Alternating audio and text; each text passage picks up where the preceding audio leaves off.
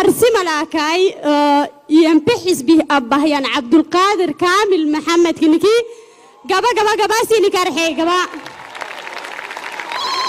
نغي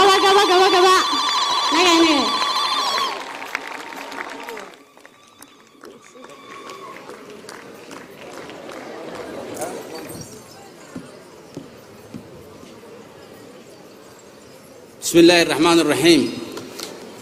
Monsieur le Président de la République, Madame la Première Dame, cheville ouvrière de cette cérémonie, depuis une semaine vous êtes là à travailler pour que cette cérémonie voie le jour et d'une manière éclatante.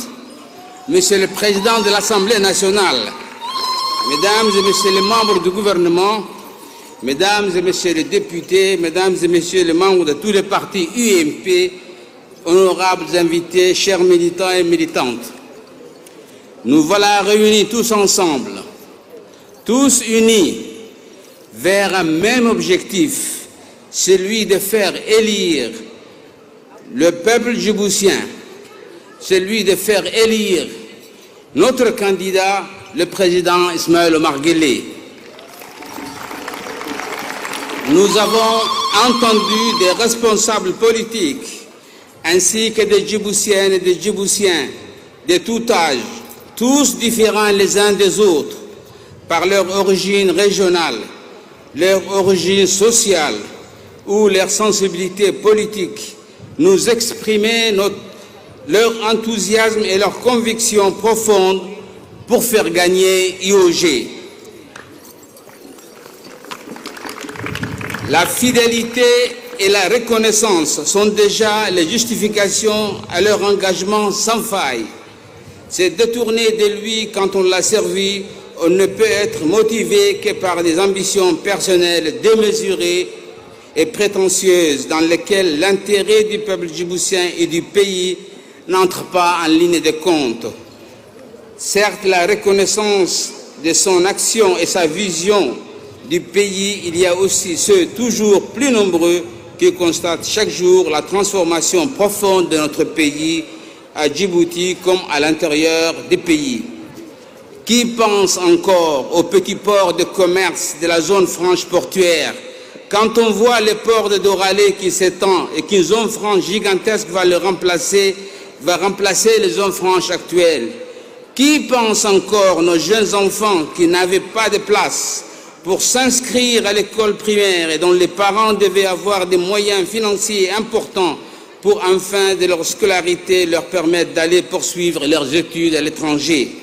Aujourd'hui, tout le monde peut devenir ingénieur, médecin, avocat ou gestionnaire à Djibouti parce qu'il est possible de poursuivre des études supérieures dans toutes les disciplines, ici même dans leur cadre familial. Aujourd'hui, en outre, nos petits-enfants sont scolarisés dans le primaire sans devoir être obligés d'y aller seulement le matin ou les après-midi, faute de salles de classe en nombre suffisant. Qui va se souvenir encore de la petite jetée du port de Tadjoura quand son nouveau port sera totalement achevé et qu'il sera possible d'y rejoindre directement l'Éthiopie par la route de Balhou?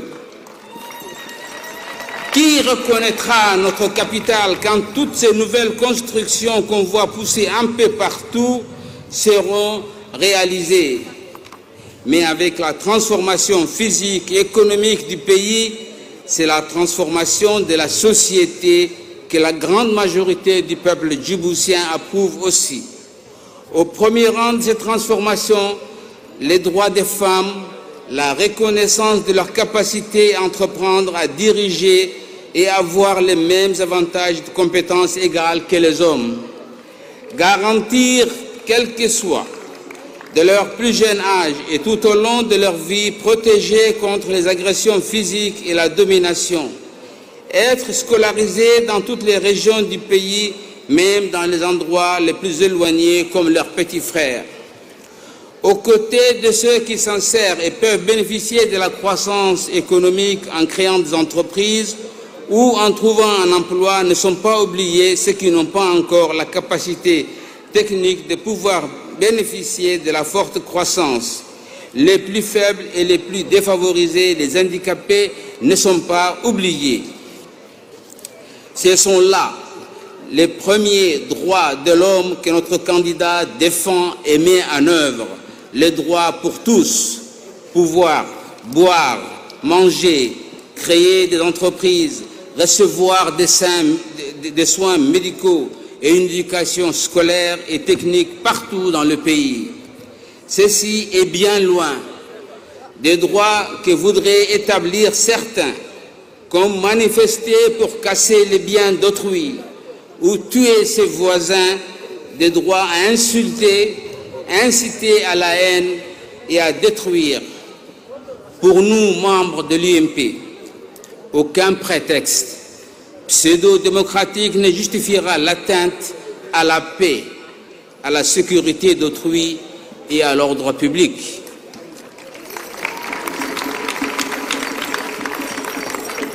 Nous savons que certains, sous couvert de faux principes religieux, manipulent des membres de notre population d'abord dans des lieux sacrés comme les mosquées que nous avons fermées en dehors des heures de prière. Mais ils les embrigadent les esprits dans leur propre logement, les radicalisent et les incitent à commettre des meurtres et des attentats. Ce mal qui veut détruire la liberté, chez nous comme partout dans le monde, sera combattu sans relâche. Je rappelle en effet que nous serons sans pitié à l'égard de ces organisateurs de crimes et d'attentats, car le peuple veut vivre en paix et en harmonie. Nos communautés sont si imbriquées les unes avec les autres, si solidaires dans le développement économique et social, si jalouses des réussites déjà obtenues, qu'elles ne demandent qu'à préserver les acquis de la nation. Mais au-delà de ce qui servent l'État, ceux qui constatent et apprécient la transformation économique et sociale et physique de notre pays, il y a plus une multitude de personnes qui adhèrent et soutiennent notre candidat. Ce soutien du peuple est motivé pour notre candidat qui est resté très proche du peuple, pas uniquement de façon physique, mais aussi s'occupe des problèmes de chacun. Au-delà des grandes orientations de développement qu'il donne, il se préoccupe des interrogations, des angoisses ou des difficultés de tous les Djiboutiens. Il est le président qui répond aux soucis quotidiens de chaque Djiboutienne et Djiboutien. Il est le président de chaque Djiboutien. Il est le président que chaque Djiboutien souhaite avoir, un responsable politique. C'est pour cette raison que le rassemblement du 1er novembre nous a remplis d'une grande émotion. Chers militants et militantes de l'UMP, la candidature que nous soutenons de toutes nos forces représente le choix de la raison, celui de la sûreté, celui de la sécurité, face à l'amateurisme et à la désunion. Notre rassemblement constitue une grande chance pour consolider la stabilité du pays et le développement durable pour notre peuple et pour notre pays. C'est ensemble que, sur le bilan de notre action, que nous allons poursuivre la réconciliation entre tous les Djiboutiens, que nous tournerons définitivement le dos aux déchirures et dissensions. Une partie de l'opposition dont les motivations et les propos sont imbibés de poison souhaite satisfaire leur ambition démesurée qu'en instaurant le chaos. Notre démarche, par contre, sera conduite vers la recherche de la paix, de la réconciliation et de la cohésion sociale.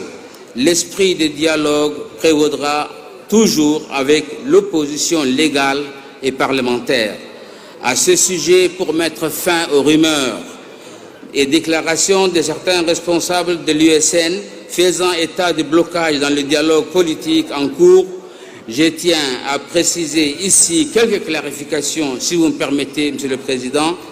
Je rappelle tout d'abord que selon les dispositions de l'accord cadre du 30 décembre 2014, il est fait référence dans son article 3, et je cite, « L'arrêt de tout acte pouvant conduire à des situations de tension entre les pouvoirs publics et les militants de l'opposition. » Or, leurs propos ne vont pas dans le sens de l'apaisement, loin s'en faut. Nous entendons des discours violents, des propos virulents et des manipulations évidentes à travers des images et mises en scène d'événements factices ou ayant eu lieu dans d'autres pays. Ces mises en scène de photos grossièrement truquées constituent aujourd'hui une pratique récurrente et ténace sur les sites de l'opposition à travers les réseaux sociaux avec le seul objectif de tromper et manipuler les esprits. Ces agissements tendent à conduire leurs militants à entrer en état de guerre avec le pouvoir public. Ceci va totalement à l'encontre de l'accord cadre du 30/12/2014 dont la mise en œuvre impose une volonté commune du sens des responsabilités, de la tempérance, de la pondérance nécessaire à la volonté de faire aboutir des résolutions prévues. Je tiens également à rappeler qu'après l'agression près de Tadjoura, l'USN a brillé par son silence face à cette attaque par des mercenaires d'une ambulance en mission d'évacuation sanitaire. Ceci a trouvé sa justification lorsqu'une plateforme commune entre l'USN et les organisateurs de cet acte odieux a été révélée par les commanditaires même de ces crimes. Plus récemment, les événements qui ont eu lieu au sud de Balbala témoignent de la mauvaise volonté de l'opposition de dialoguer, car quelques jours avant ces macabres événements, une rencontre des plus insolites a eu lieu entre M. Abderrahmane Boré, Abderrahmane Bachir et M. Kaddaami à Paris même. Une fois encore, j'adresse au nom de tous, de toute l'UMP, nos condoléances les plus attristées aux familles de ces victimes. Mesdames et messieurs, compte tenu des faits que je viens d'évoquer, les membres les plus extrémistes de cette opposition ne cessent d'entraîner leur parti vers les milieux prônant la violence insurrectionnelle islamiste. Cette tendance est évidemment nuisible pour le dialogue et contraire au statut légal de l'opposition politique et démocratique. Durant les négociations avec cette opposition, cette dernière a demandé de rajouter au statut de l'opposition, en outre 2 articles, l'un pour se rendre dans les chancelleries étrangères accréditées à Djibouti et l'autre pour que le statut soit adopté par une loi organique. Sur le premier point, témoigne que l'opposition est dépendante de l'étranger, vis-à-vis de cet étranger au détriment du peuple djiboutien qui ne considère pas. Il dénigre donc son propre peuple et nous avons répondu qu'il n'est pas du ressort du gouvernement d'autoriser ou d'interdire qui que ce soit l'accès aux chancelleries étrangères accréditées à Djibouti.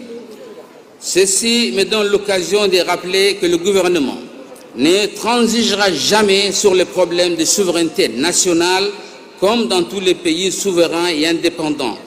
Les élections seront donc organisées sous l'égide du ministère de l'Intérieur.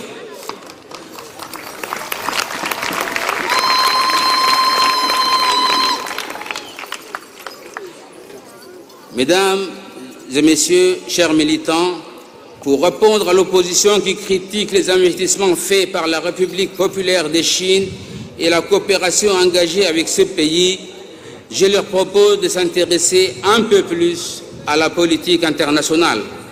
Ils pourront constater que les investissements chinois sont très importants partout en Afrique, mais pas seulement en Afrique, car également en Europe et dans tous les pays.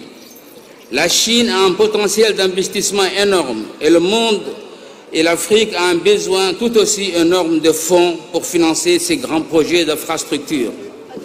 Prenons le seul exemple du chemin de fer Djibouti-Addis Abeba, pour lequel il y a eu plus de 30 ans la communauté européenne et d'autres bailleurs de fonds internationaux jugeaient ce projet important pour le développement de l'économie régionale et par contre-coup pour le renforcement de la paix dans la région. Mais pendant ces 30 ans, le stade des études, des faisabilités, des études techniques et des tables rondes pour rassembler les fonds nécessaires n'a jamais débouché sur la moindre construction d'une voie ferrée. Nous constatons aujourd'hui ce qu'il en est avec la coopération chinoise. Avant de critiquer, il faut toujours savoir de quoi on parle. Mes chers compatriotes, l'UMP, en soutenant la candidature IOG 2016, n'a d'autre ambition que celle de rassembler le plus largement possible des hommes et des femmes à Djibouti. Aussi, soyons toujours plus nombreux à être unis pour que IOG soit élu et ainsi pour que le peuple de Djibouti soit le grand gagnant de cette élection. Merci.